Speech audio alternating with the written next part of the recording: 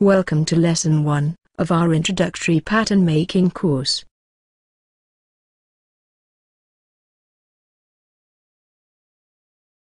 For this tutorial you will need a sheet of paper, 70 by 50, pens preferably in 2 colors, rulers and following body measurements: neck size, chest, bust and waist size, back width, armsy depth and nape to waist.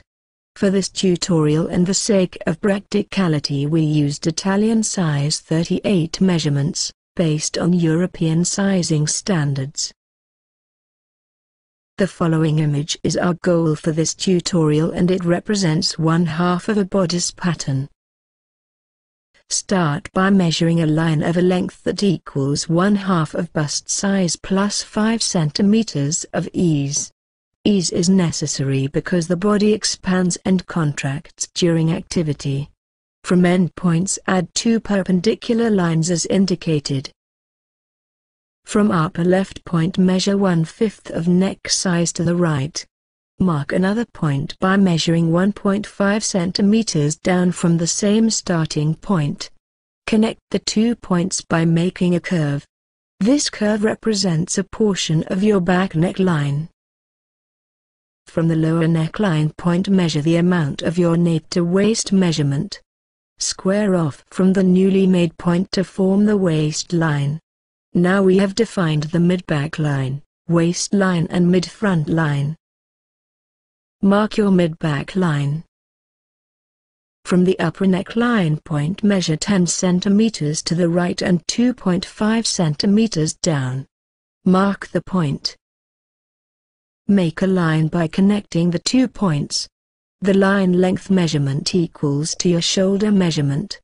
This is your back shoulder line. From the upper right point measure 1/5 of your neck size to the left and 1/5 neck size down. Mark the 2 points. Connect the 2 points with a curve. This curve represents a portion of your front neckline. From the upper point of your back neckline measure the length of your armsy depth. From the end point square off to get your bust line. From the upper point of your front neckline measure the length of your dart measurement. You can calculate your dart, also referred to as your bust dart, by using the following formula, or you can use a measurement provided in the sizing charts. From a midpoint of your dart make a perpendicular line so that it extends 2.5 centimeters past your bust line. Connect the following points to draft your dart. From the end of your back shoulder line go down 1.5 centimeters and connect this point with your dart point. From your dart, on a line we previously drafted, mark the measurement of your shoulder. From your mid-back line, parallel to your bust line, measure 1/2 of your back width. Mark the point and square up. From your mid-front line measure 1/2 chest plus 1/2 dart measurement. Mark the point and square up.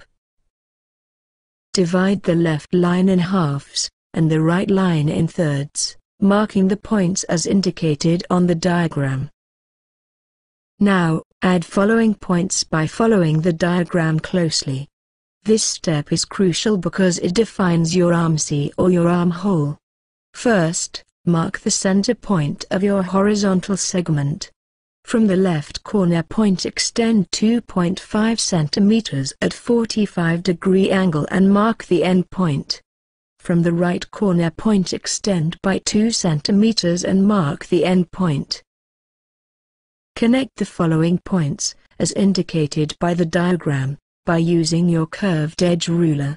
Compare the diagram and your results to make sure you got the referential curve shape. Your curve shape may be slightly different. Starting at the mid-back line measure 1/2 of the back width. Mark the point and then make a perpendicular line toward the waistline.